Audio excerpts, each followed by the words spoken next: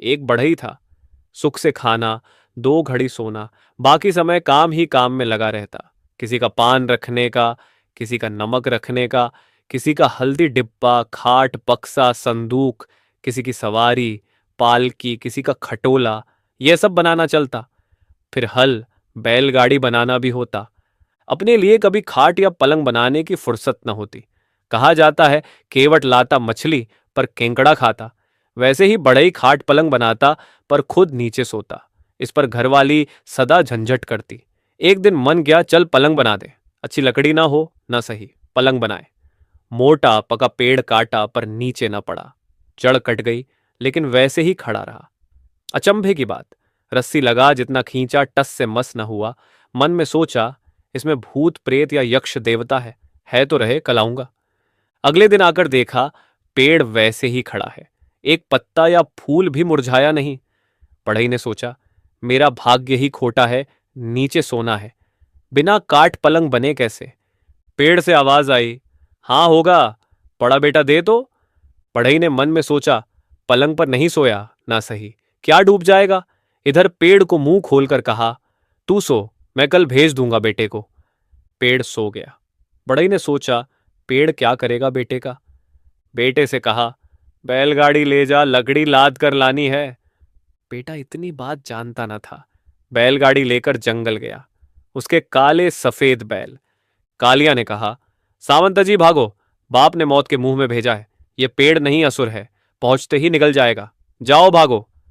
सफेद बैल ने कहा, ये मुट्ठी भर सींग और मुर्गी का अंडा साथ में ले, जरूरत के समय काम आएगा। पेड़ पीछा करे तो उस पर फेंक देना।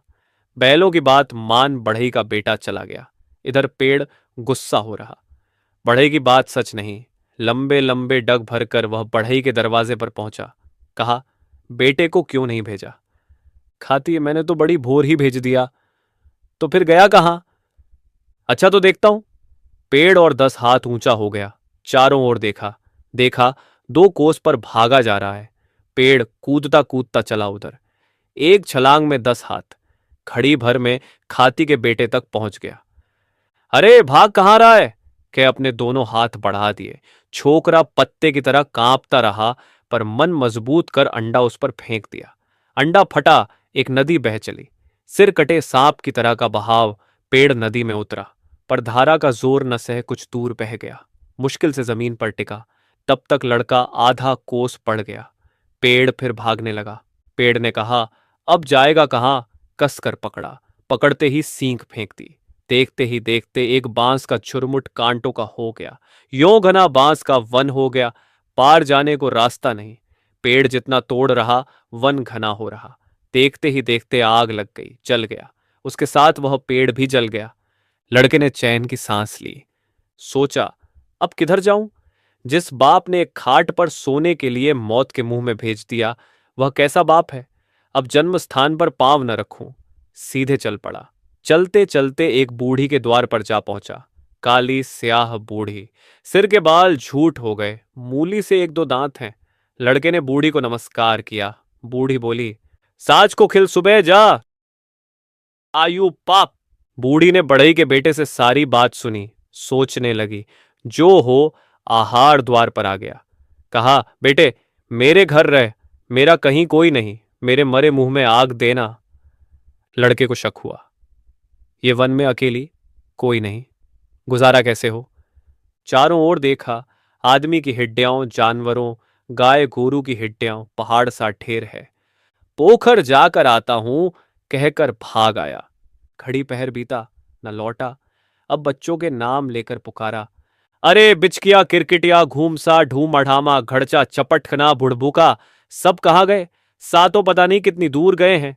बूढ़ी की पुकार न सुनी। खाती के लड़के को जब से देखा तब से बूढ़ी के मुंह से लार बह रही है। कितना कोमल नरम मांस। बूढ़ी को कुछ भी न सूझा। घर में आग लगा दी। असुर सारे पहाड़ पर रहते। घर जलता देख दौड़े, थूक थूक कर आग बुझा दी। मां को पूछा, आग कैसे लगी, किसने लगाई, बता। बूढ़ी ने सारी बात कही। असुर सारे गरज उठे। आकाश में देखा बढ़ई का बेटा दौड़ रहा। एक पेड़ पर चढ़ गया। पेड़ के नीचे पहुंचे असुर डाल पर आकर एक चोट कर दी। यों एक एक कर सातों को निपात कर डाला। वहां खून की नदी बह चली। हाथ मुंह धोकर वह एक घर में घुसा। उनके घर में चूल्हा न जला। बात क्या? माली का घर। बात क्या है? पता चला कोई असुर आया है, सबको खा जाता, मगर राजा ने समझाया, ऐसे तो एक दिन में खत्म हो जाएंगे, हम तुम्हें रोज एक एक कर भेजेंगे। बस्ता भर चावल, एक सगड़ भर पिठूं, भात भेड़ या बकरी या सुअर, छेना, पना आदि। असुर खुश। राजा ने राज्य में पारी बांट दी। जिसकी जिस दिन पारी होती, सुबह ही ले वह पहुंचा देता। उस दिन पारी माली की थी। घर बार बेचे भी असुर का पेट न भर सके। गाड़ी भर पकाकर वहां कैसे भेजे, किसे भेजे, खुद जाए तो फिर बच्चे पलेंगे कैसे? चिंता में कोई रास्ता न था। तभी खाती का लड़का पहुंचा। कहा साहस कर, खाना दो, मैं निपट लूंगा। मालिन ने अवभगत कर खाना खिलाया। खा पीकर अब उससे आधी गाड़ी पत्थर, 2 बस्ते कंकड़ ले पहुंचा। असुर भूख में बेहाल। खाती के लड़के को देख कहा, तुझे मेरा डर नहीं लगा? पहले तुझे खाता हूं। लड़के ने कहा, पीठा वगैरह बनाते बनाते देर हो गई, पहले यह खा लो, फिर मुझे खा लेना। ऐसा कहे एक मोटा ढेला उसकी ओर लुढ़का दिया।